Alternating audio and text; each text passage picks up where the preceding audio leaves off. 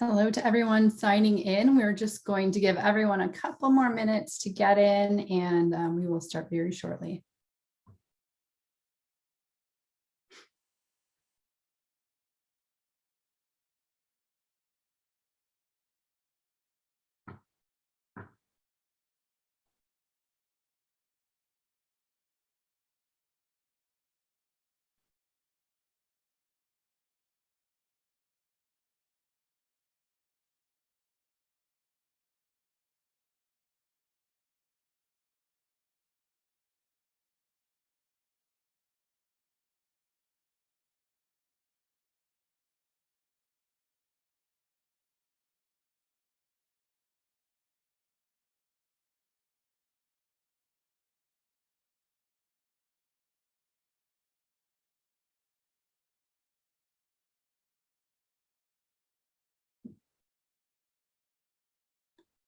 Just going to give it a few more seconds. I see that there are still people logging on. We'll get started in just a minute.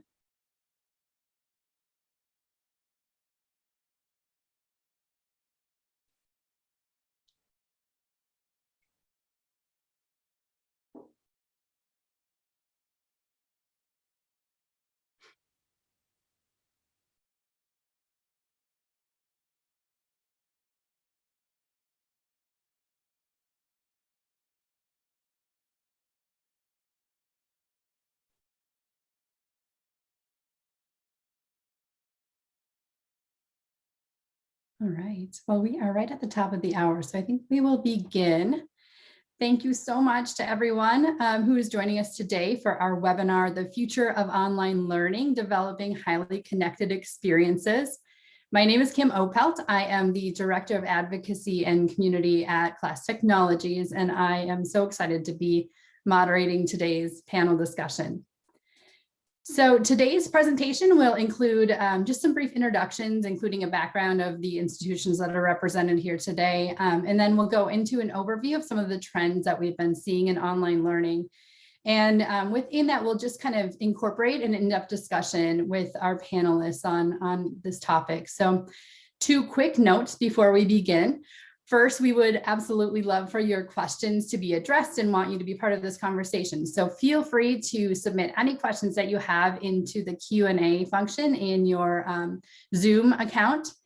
And then also we will be sending slides and actually the recording following this presentation. So you won't miss a thing. We will absolutely get you all of this information. So with that, I want to just quickly introduce our panelists. First is Dr. Kurt Hoffman. He is the Senior Vice President of Instruction and Student Affairs at Allegheny College of Maryland. And then we also have Dr. Roxanne Russell, who is the Director of Online Education at Columbia University's Mailman School of Public Health. So thank you so much for joining us today. And before we get into the discussion, as promised, I just wanted to have both Kurt and Roxanne give you a little bit of an overview of their institutions. So let's start with Kurt. Welcome, everybody. I'm from Allegheny College of Maryland, and the things that you need to know really about our campus is that we are in Western Maryland at the foothills of the Appalachian Mountains. We're a rural, small college. 80% of our students are first generation. Our full-time enrollment, full-time and part-time, is a little over 3,000. Many of our students are in need.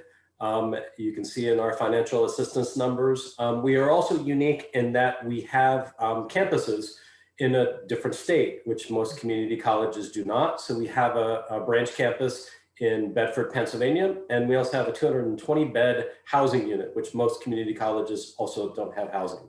So that's us. Great, thank you so much. And Roxanne. Hi, everyone. Thanks so much for joining us today. So at the Mailman School of Public Health, we sit at the Columbia University's Medical Center campus. So we sit with their School of Medicine and the School of Nursing and the Dental School a little separately from what you think of as the traditional Columbia University in the city of New York. It's still in New York, but we are a train ride above. Right. And the Melman School was founded in 1922. So this upcoming year, we're celebrating our centennial. And our public health school, we are really proud to say, is ranked number 4 among all national public health schools. We have 6 academic departments covering specialties within public health, and we offer several different graduate degree programs. Our enrollment overall at Columbia University is 31,000 students, which is, a big place. But for our school itself, we have 1,517 students. This year, we will welcome a record high class because suddenly everyone knows what public health is, understands the importance of public health after we've been through COVID. And we are excited to welcome all of these new public health professionals in training. So great. Thank you both. Just a great, great representation, and excited to hear more from both of you.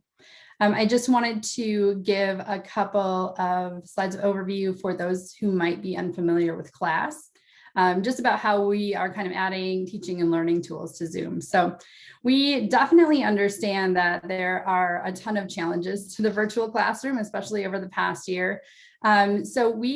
When we got started, we conducted a survey of educators and just asked about all of the tools and techniques that they were using in their physical classroom.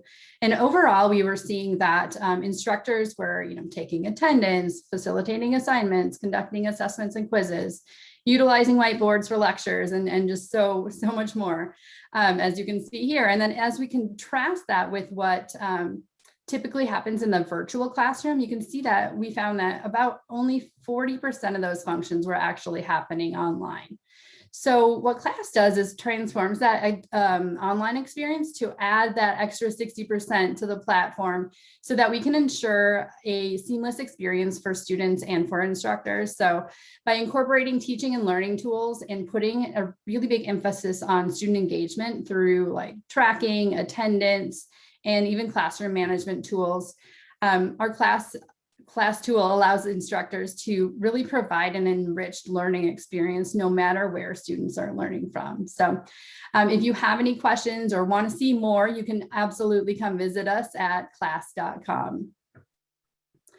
So I wanted to take a look at what's happening in engagement and online and distance learning, and really start talking about the future and what that holds. So as we're coming up for air following a really stressful season of change and adaptation, I think both students and faculty are going to be coming in with some new expectations for distance and online learning experiences. So they're really looking for some flexible options on both sides of the desk, and they are expecting access to quality education no matter where they are. And they really want, and I think this is sometimes overlooked, but to be prepared for a workforce that has also been evolving over the past year or so.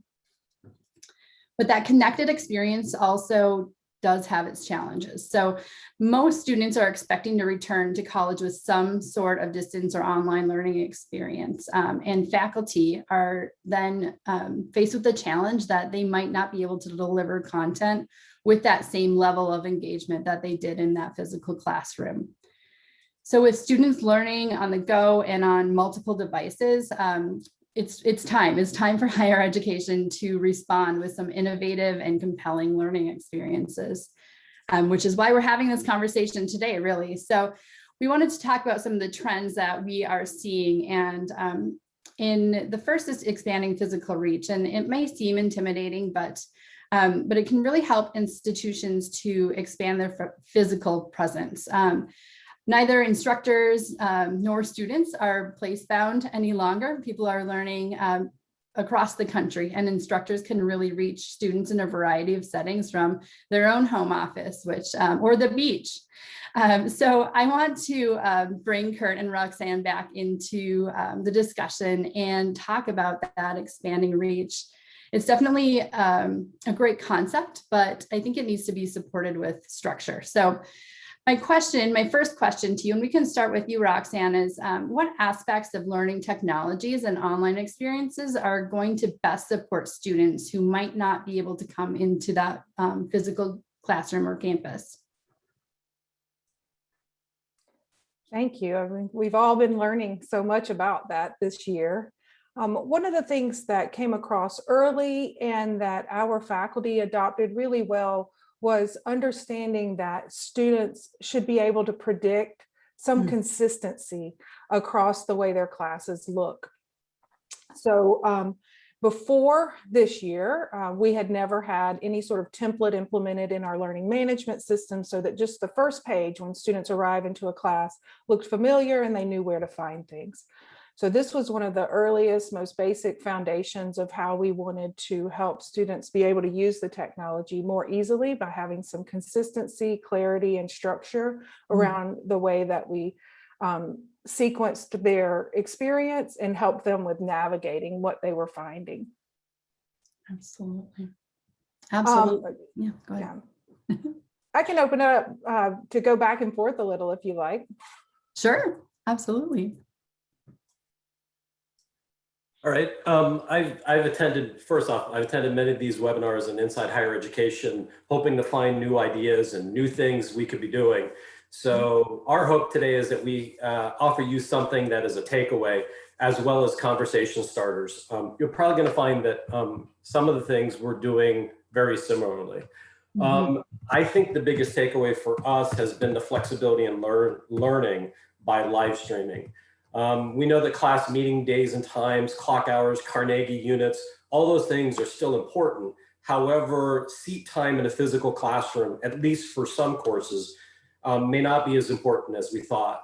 FaceTime can effectively happen at a distance, and this is a game changer. And let's be honest on this call, it does make some faculty nervous.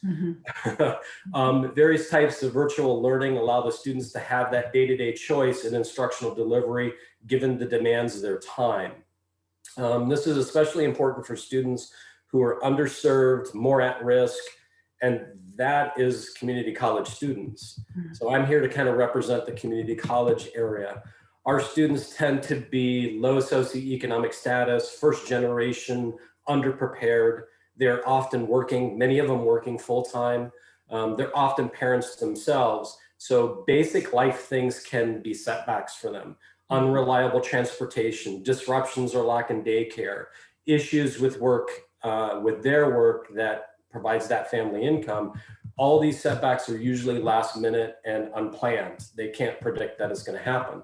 So flexibility, anything we can do to allow students to be flexible in learning, the better. And as we know, the more likely they are to attend, the more likely they are to be retained. Absolutely. And Dr. Russell, any thoughts on either that or, bringing that the concept of the faculty and staff into the conversation too? How do we help our faculty and administrators thrive in this environment as well? So there were two thoughts as we were talking about faculty, and as Kurt was explaining this, real shift and opportunity that we've had in faculty comfort level. One is that we at our school had for the first time an unprecedented amount of leadership advocacy, right? Like everybody from the top down was encouraging faculty, requiring faculty to come and seek the services that we provide. And that's a big deal. And all of a sudden, the faculty found out they had all of these resources, that they have teams available to them, that the instructional designers, the instructional technology specialists, the multimedia developers that are on teams, very often working on specific projects, are also amazing resources for helping build capacity across the school for every class. And the second thing I was thinking about in terms of that team is that I think one of the things we've discovered is that faculty have a hard time understanding that they could just serve as a subject matter expert on a member of a team that's really thinking through the problems in their class, and that the problems in their class are very often happening in other classes. And so one of the things we did at our school was come together regularly to share our experiences, to share solutions to challenges, to share templates. Like our team created a lot of templates specifically for tool integration, We decided on a suite of tools so that we could support that suite of tools and provide workflows that made it easy for instructors to implement it in the regular types of learning experiences that we use, and instructions that were student facing, so it made it easy for them to help onboard students quickly. That kind of set of tools for faculty makes it easier for them to imagine implementing a new process that uses some of this new technology in their classes. Absolutely. I'm going to pull the lens back a little bit more and go, I think from a higher level, that's what chief academic officers have to do. We have to be on the ground and we have to be at the 5,000 foot and everywhere in between. I think when we look at the role for faculty and administrators, if we look to the research, higher education at large has been slow to adopt technology and move towards digital transformation. The pandemic changed this. Within a matter of weeks, we needed to pivot. And it demonstrated that institutions of higher education must think strategically about digital transformation and what that means to their institution. At ACM, we've used this to have discussions about how we can utilize once in a generation funds from CARES, Carissa, HER funds, to technologically pivot us to what we're imagining to be a post-COVID world. You know, what's that new normal? So we're looking at how can we improve IT infrastructure currently, but also towards the future. How to align that IT, that it's not just a separate silo, but that it ties in with the instructional need. So instructional student affairs has to help drive that conversation. How do we proactively position our institution for the future instead of being reactive? And I would argue that community colleges at large, but us especially, have always felt a bit reactive. I felt like the technological wave, we were always trying to catch up to it. And if you've ever surfed, you don't ever catch up to the wave, you miss it. And so I always felt personally, we've been behind the wave, but these new funds allow us to maybe position ourselves to be on the wave and being predictive of what could be coming. So we've kind of taken digital transformation as the vision, and we built it into our strategic plan. We have a section about improving digital experience and engagement. It's one of the priorities. It's also part of the educational master plan, and it's also part of the technology plan. So we have all of our planning documents aligned towards the same thing, towards digital transformation. So using digital tools and data to transform our institution. That shift in workforce and in technology determine a need for us to meet those shifts with equally deep and coordinated shifts in our culture, how we operate, and as a community college, what our value proposition is. It's not just on return on investment, but can we be positioned to be a value to our community and to our region? For us, we can no longer be seen as poor rural community college with lagging tech. That's kind of, what cracks in our sidewalk. That's how we've been seen. Internally, the work for me is to take what I call digital skeptics, those that believe that technology is complicated and takes longer and is not as efficient. And so they're skeptical of all technology, and move them to being digitally curious. And we know if you've ever taught in the classroom, you'll take a person who's curious over a person who is unwilling. So I'll take digital curious people who are at least wanting to kick the tires, try out some tech, and see if it makes their job easier and better and more efficient. And then ultimately, we want the digital champions, but we know that those are few and far between. Those are the early adopters. Those are the ones that are on the front line and sometimes driving us. So Class for Zoom at our institution came from faculty saying, we think we need this. And so those early adopters, we should listen to them. I'll stop for there and let us talk a little bit more.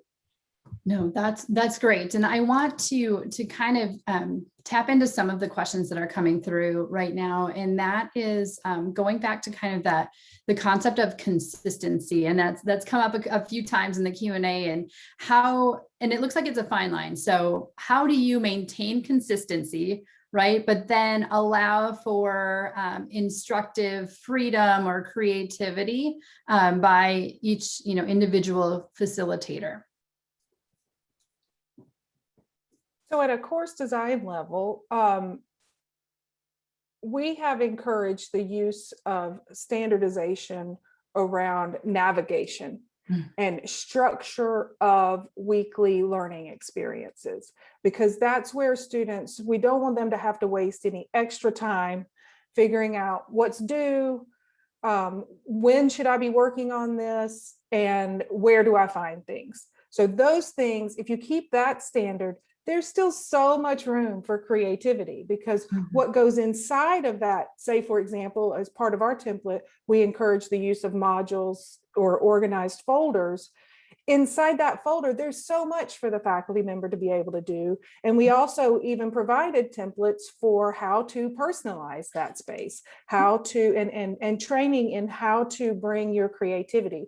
We had one faculty member do something pretty amazing, and that was create 1 to 2 minute introductions for each of his units that pretended as if it created a world, an alternate universe, where he was in a bunker and everyone was in a bunker in a post-apocalyptic world caused by COVID. And he'd have this like pretend Fauci come in, and he had some guest speakers in these little introductory videos.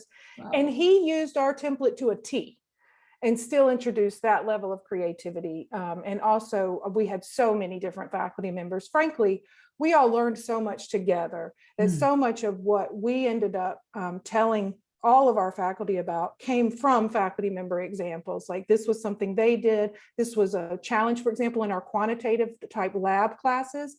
We really had a challenge with running Zoom sessions at the same time as running statistical software. And these were labs that they were used to doing in class together. And it's very important, like for the faculty members used to looking over the student's shoulder and helping them figure out what they're doing wrong. This was really difficult in this space. It was a true challenge. We had 4 different faculty members come up with 4 incredibly useful, creative solutions to that problem. We templated it together so that we could share them all and have the rest of the faculty be able to share it and use it. I would add to what Dr. Russell said that we too have tried to create a uniform structure to the online experience so that students can have a seamless experience between those shells. We do our own version of Quality Matters because, once again, we're a poor community college and can't afford to have our classes formally run through Quality Matters. So we do our version of them. So there's a regular cycle that they're being examined and validated. We also offered training for every faculty member teaching last year. And the training was on online best practices in pedagogy.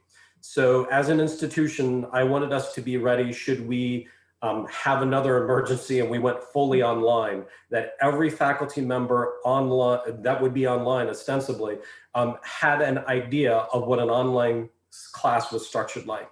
Because we had, admittedly, full professors had been teaching their entire career who had dedicated themselves to never being online. And so all of a sudden, in a matter of weeks, they were.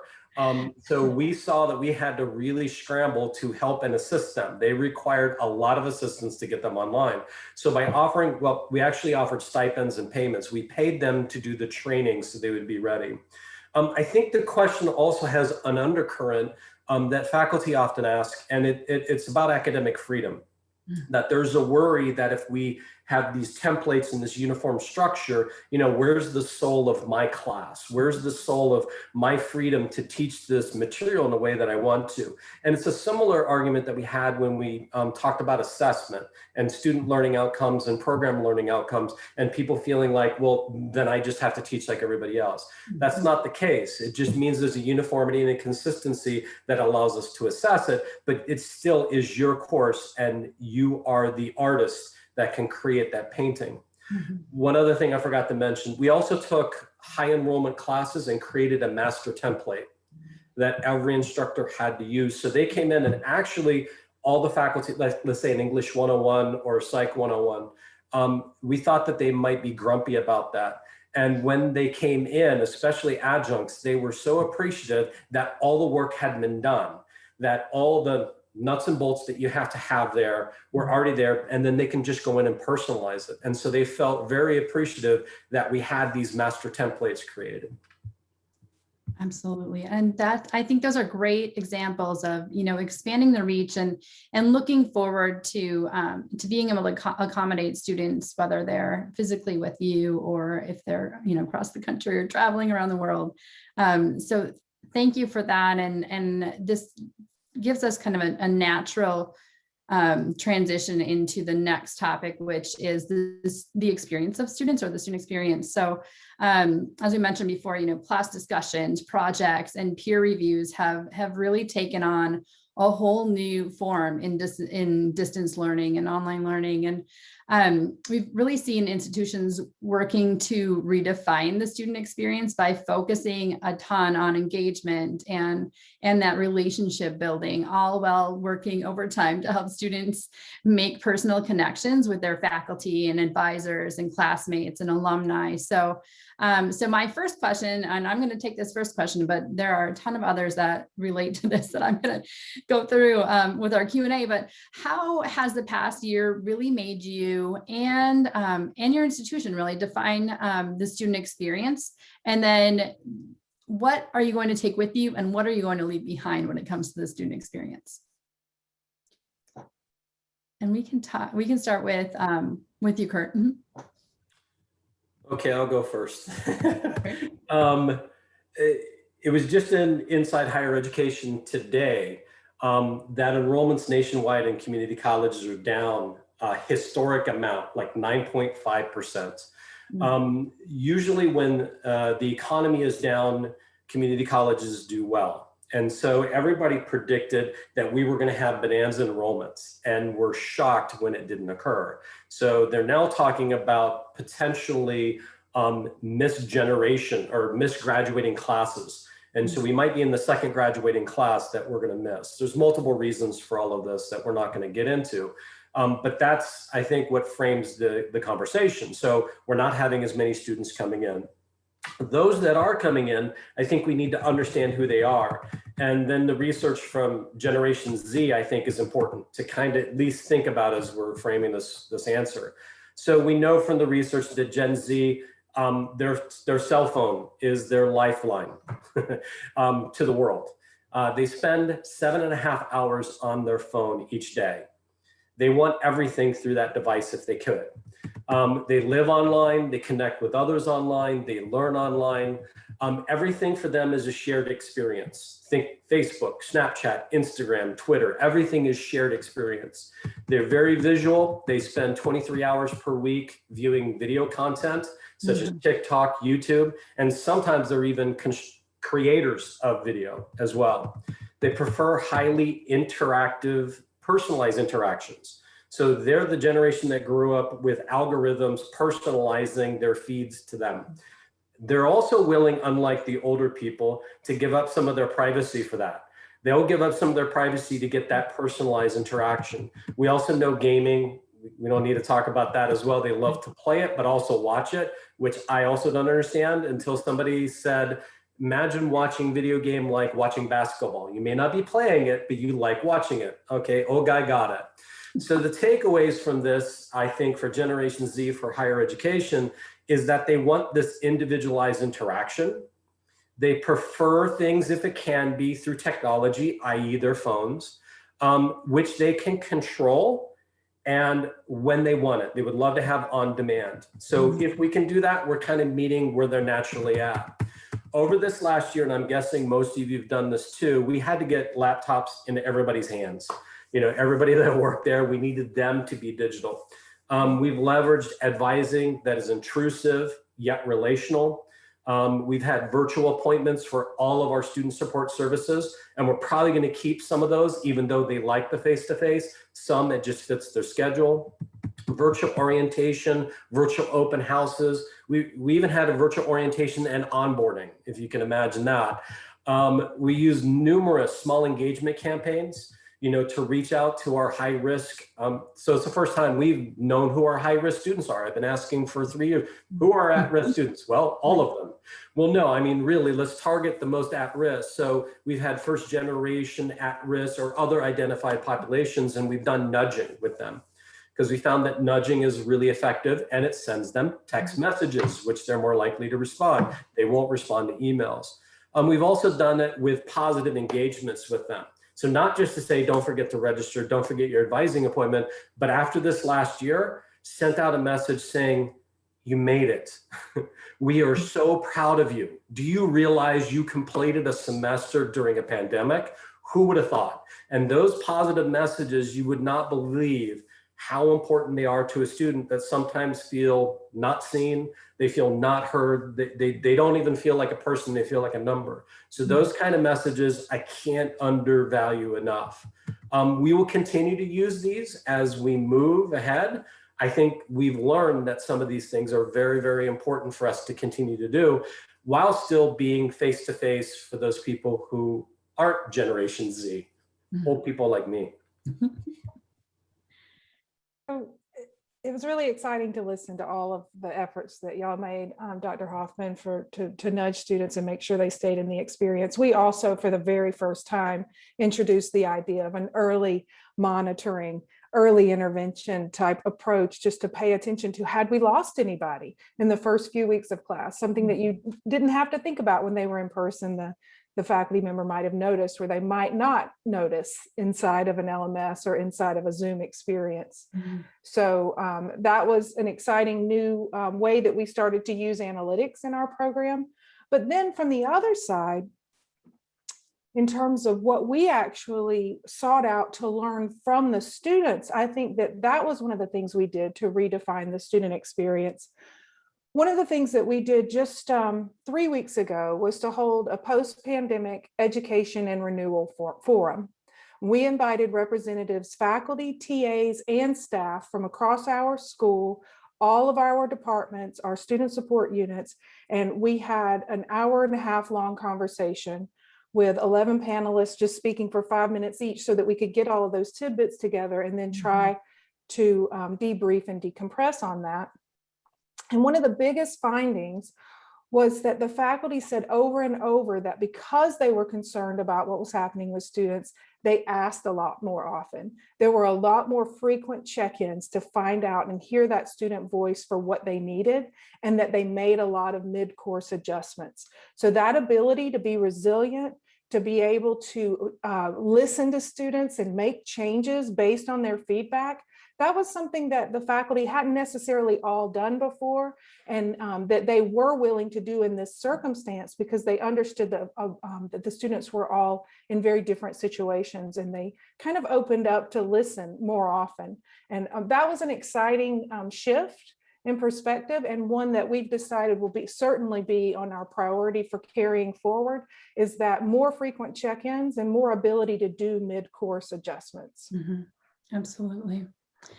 And I'm seeing some other some questions pop up about format. So, so what are your thoughts on moving forward with synchronous versus asynchronous, video versus not video, and even a hybrid model? So, so where students come to campus for some courses, or for some parts of the class, and then some they're online. We can start again with you, Dr. Russell.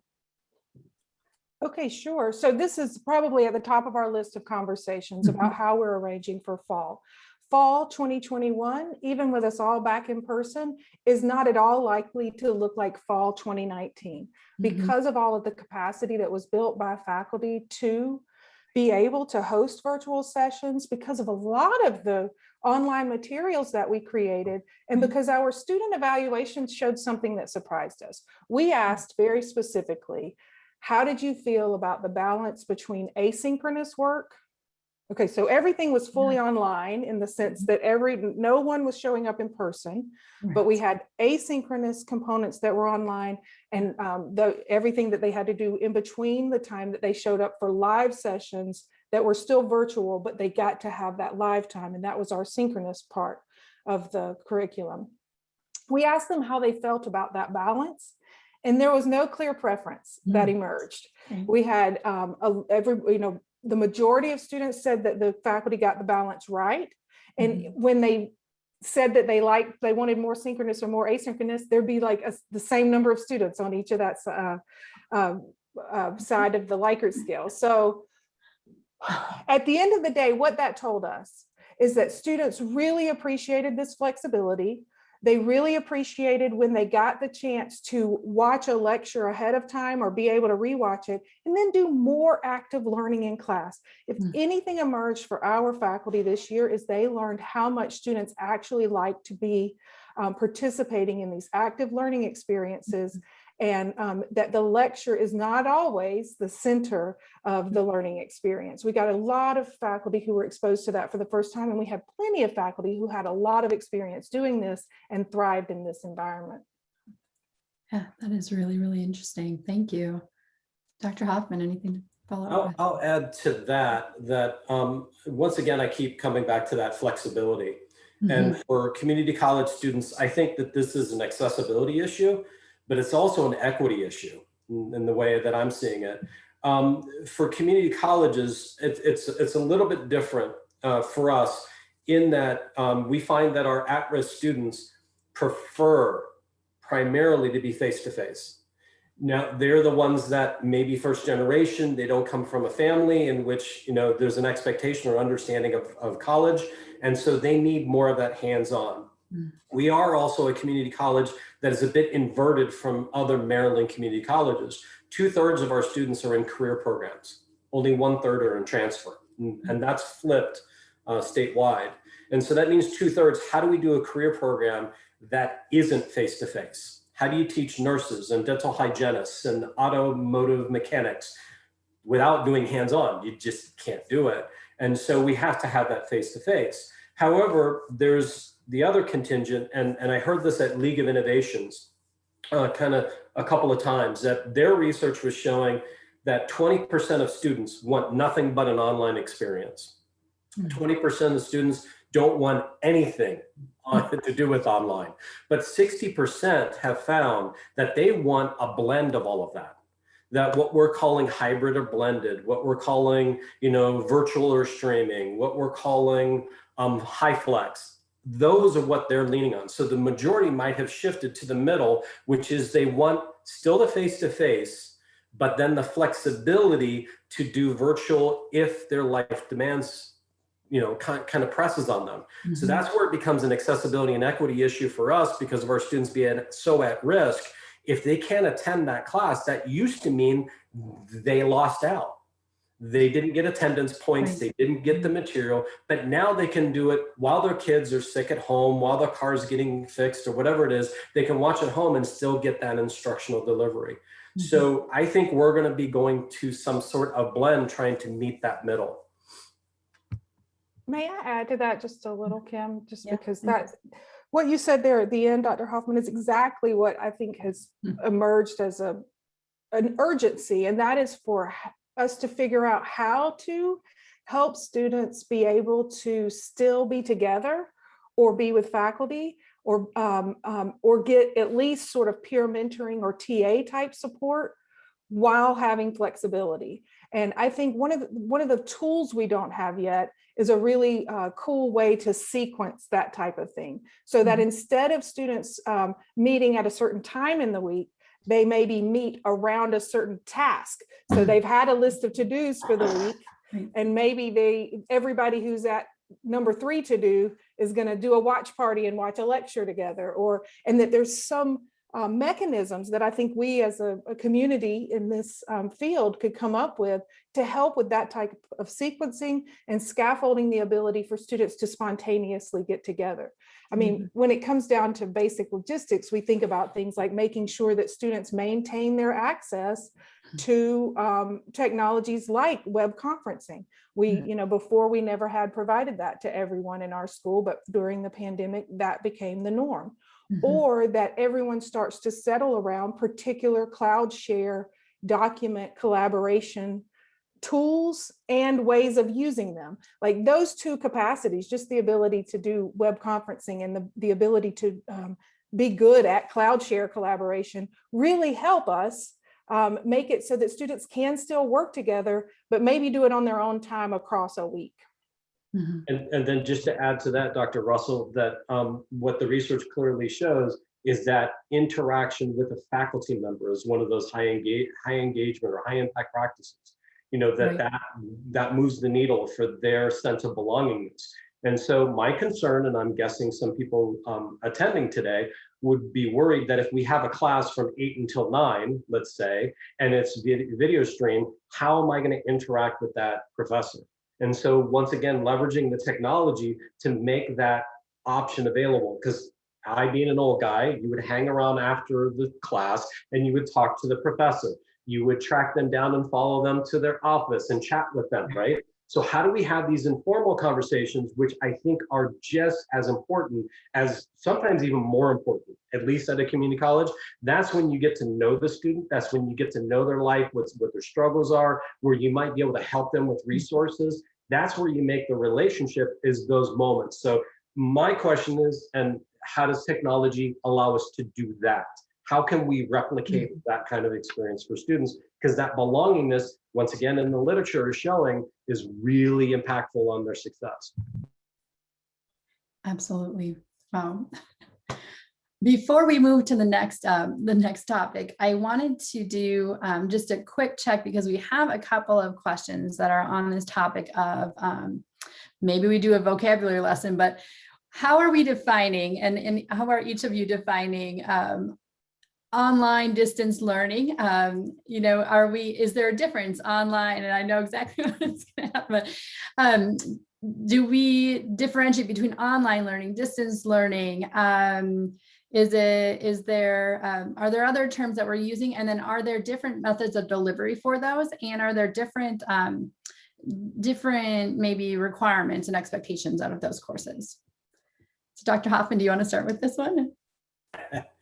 So the reason that Kim is chuckling is we had that same discussion amongst the presenters. Mm-hmm. That what we find is that we have different operational definitions, and the percentages, because usually we can agree, that a blended is part online, part that, but then we find that there's institutional differences of what percentage constitutes that. If we say online, do we automatically think it's 100% online? Well, there are some things that are online that are percentage. And so we had that debate. So the good news is we're not alone. There seems to be great confusion in the field as to what is defined as what. For our institution, we discovered at one point after the pandemic that we had 42 different types of instructional delivery. Now, I created that. That was my fault as being the chief academic officer, saying faculty needed the flexibility based on what was going on to well, then it became a matter of percentages. Well, it's 65 and 35, but this one was 50-50. Well, it was a headache. I can't have 42 different types of instructional delivery. That is just a nightmare. So we had to then say, okay, let's get back to whatever our definitions were. And we realized that we had incompatible or incongruent definitions. And that's where we also started to look at the U.S. Department of Ed, because the U.S. Department of Ed is saying distance education is everything other than face-to-face.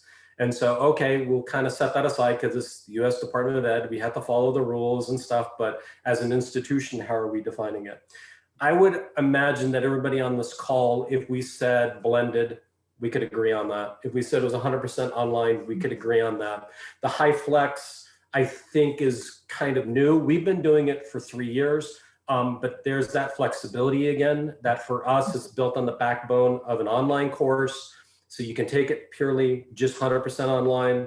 It's synchronous, face-to-face, as well as streamed, or you can watch it asynchronously later. And that is the epitome in my mind. And I'm trying to expand the amount of faculty trained in it for high flex, because I see students popping in depending on what their life circumstances are. So I don't think I answered it, but I don't know if it can be answered. But Dr. Russell probably. No, there's certainly not an answer. And I think the reason there is confusion is because this is a learning experience that's going to happen in a world that has become digital. So we live our lives digitally. And so our learning experiences are going to either be digitally enhanced inside a classroom, a traditional classroom, or all the way to you never step foot on campus and you got a full degree from a program, attending all online classes.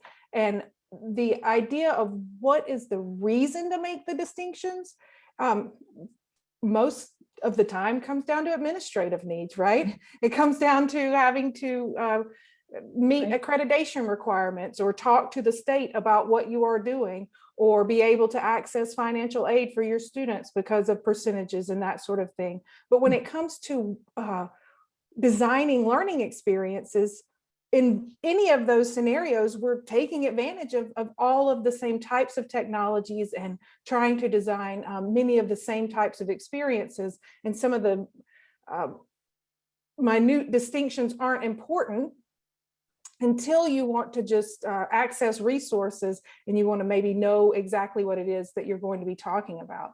So, I mean, it feels like we're in a transition space more than we were 450 days ago, Right. where people are starting to understand that this continuum is so flexible and that this is a spectrum that we're going to stay in, and that these definitions are just useful for having consistent conversations and so that we know we're talking about the same thing, but less important for being able to say this is a thing and we want to make it a taxonomy for how to define it.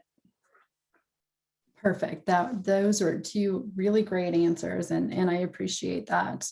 And I'm looking forward to really the evolution of this conversation. See, we'll ask you the same question a year from now and see what that looks like. I want to kind of do a pivot because there's something that is a little bit overlooked when we've been talking about online, distance, hybrid learning, and just this whole shift, but really about career readiness. And, you know, we're talking about the future of online education, but really, I think that we've seen colleges providing different connections to their students in an online setting, and preparing them for a future in a whole new world than the one that we all entered. So I wanted to touch on this and talk about really how you each in, you know, kind of in two different realms are preparing your students to be digitally connected, to be able to be remote workers, to be able to, you know, have the skills that they need to thrive in the workplace when they leave your campus. And Dr. Russell, we can start with you.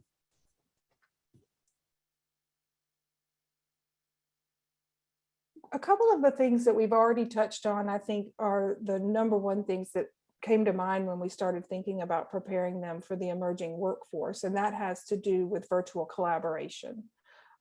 We found out that of all of the faculty, the most resistant faculty, those faculty Dr. Hoffman described as people who had decided they were never going to do this, the one thing that even those those faculty who are still glad they get to put it behind them and move forward and go back in person, they still want to keep virtual office hours, right? Because that makes it really easy for people to get together. Same thing with our student community engagement efforts, like everything that we tried to do to keep our student communities vibrant. They learned how much easier it was and how much more fun they had not having to constantly work on trying to find a time when they could all get together in person, because they could pop on and have this experience of virtually collaborating in a web conference space. And again, the other tool that I mentioned earlier, which is the cloud share collaboration. I think we all got more adept at being able to create cloud folders and storage and repositories and being able to collaborate on single documents. Those kinds of things, just at a basic practical level, help prepare the emerging workforce. But the other thing that really I found exciting in watching how there was a connection between what they were doing and what they would do as public health professionals was really to pay attention to having to live in this digital world for their learning experiences as well.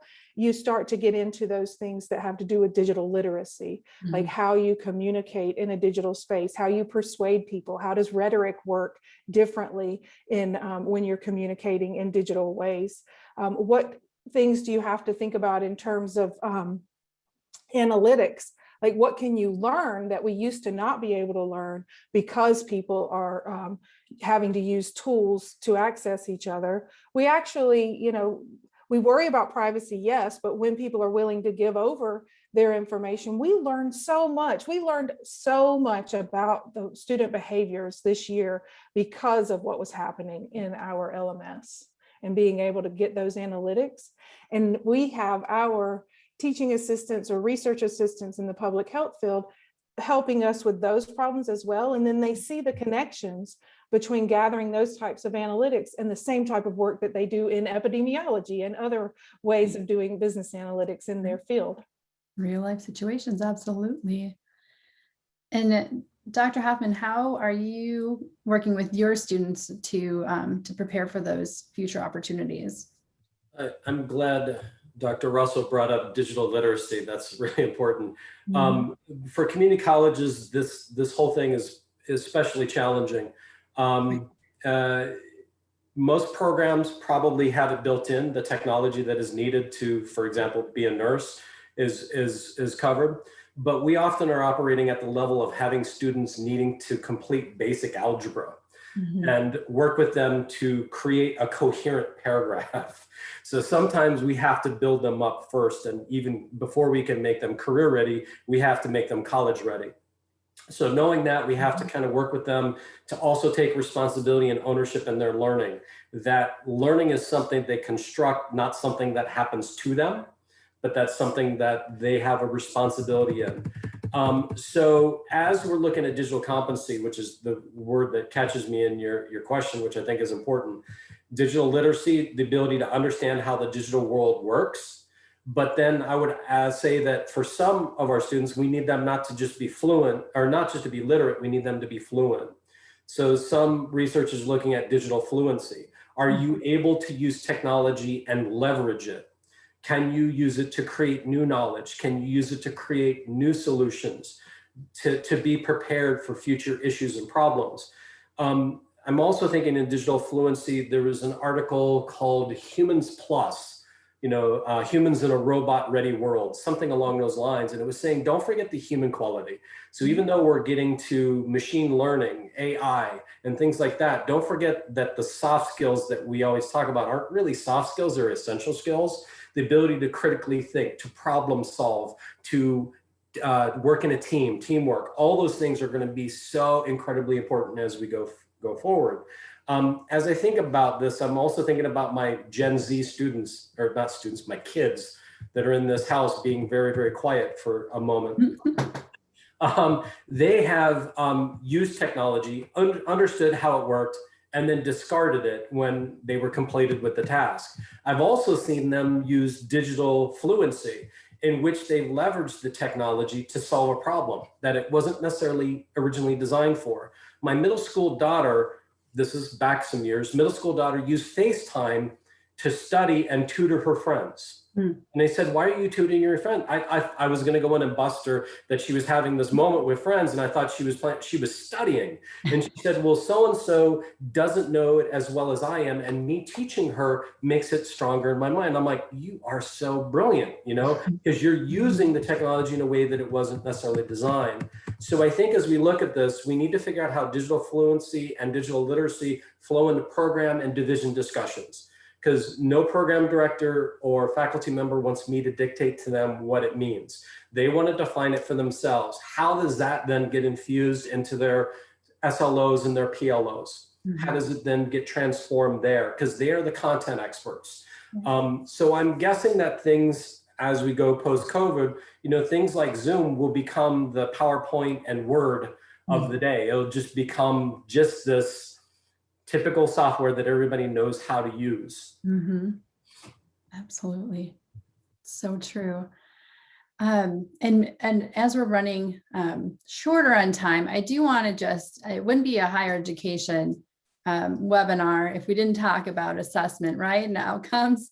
So now that everyone's head is starting to get above water, starting to see the light and understand what's been moving the needle towards student outcomes, I think there's a microscope now on online courses and how they're focused on quality. So I wanted to talk about, the role of online course engagement in recruitment and enrollment and retention and completion, and just really that the focus on engagement and attendance and just all of those things that go into a successful course, but also a successful outcome. So I wanted to just ask, probably it would be our last question, but what student and staff and course outcomes are you right now paying attention to, and what metrics are going to define success in those online learning experiences that you're having? Dr. Russell, we can start with you. I'll share one exciting thing that we did with analytics this year. And that was that we let the faculty know how much the students were doing all of those readings that have been assigned. We sent them a report. And that's never happened before, because one of the biggest problems that emerges when you're starting to try to balance asynchronous and synchronous work is that there's this inclination to just add more and more material, and workload becomes unmanageable. And so we've been trying to talk to our faculty about workload. And one of the entry points for that was to say, what could be cut?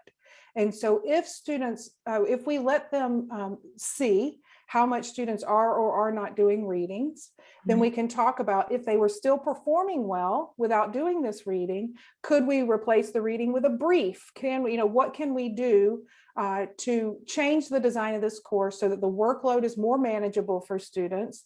And that this reliance that I feel like is just built into academia on assign an article, let's make sure, and we certainly are not trying to get away from being able to read articles and engage with scholarship, but there's a certain amount that's going to be enough, and then there's maybe more than needs to happen. And so that was one way that we used analytics to assess what was actually happening in the class, what were students' behaviors, and then what were their outcomes? If they didn't read the article and they still did well, how important was the article, or how well aligned was the assessment? So it opens up a good question.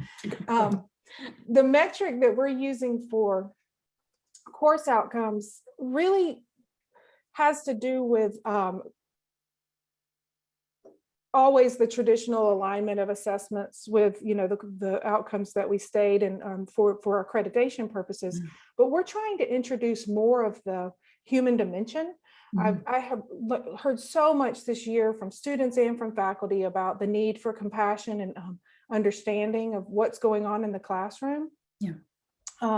And that's never, it's hard to measure. And so those human dimensions like metacognition and passion for being able to implement a particular new thing that you've learned, that's difficult to measure, but we want to see what we can do in terms of paying attention to what students say in student evaluations to talk about those human dimensions and to start to pay attention to what they say when they talk about how they learn. And that's not a number in the traditional type of analytics and outcomes, but it is something that we think is going to be important for student learning experiences going forward. And my personal metric for faculty outcomes has been, are we hearing back from them? Are we getting emails, questions, calls, and interest in doing more now that they've built this basic capacity to go forward and experiment next year? Absolutely. Yeah, I like that point of kind of that informal feedback as well. So thank you. Dr. Hoffman. I think assessment is overrated. Okay, just kidding. I know everybody's like, what? You can't say that.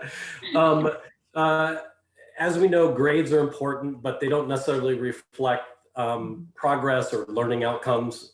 So you can't really use grades, even though we try to. We're using our learning management system to kind of track our student learning outcomes and see if we can measure them and see them in the system. That will then allow us to then track the program learning outcomes, which then helps us with accreditation for sure. But it also shows us, are the students learning what we need them to be learning? That sometimes, like let's say you're talking about nursing and they scored 70% on something. I don't know if I want a nurse that scored 70% on something taking care of me or my family. So we need to look at those things. Like I mentioned before, we put it as part of our strategic plan, engagement data. So we're going to start looking at engagement data to see what percentage of time, how much, and that's not just login time, but actively on task. So if we can measure those, that gives us a sense of how digitally engaged they are.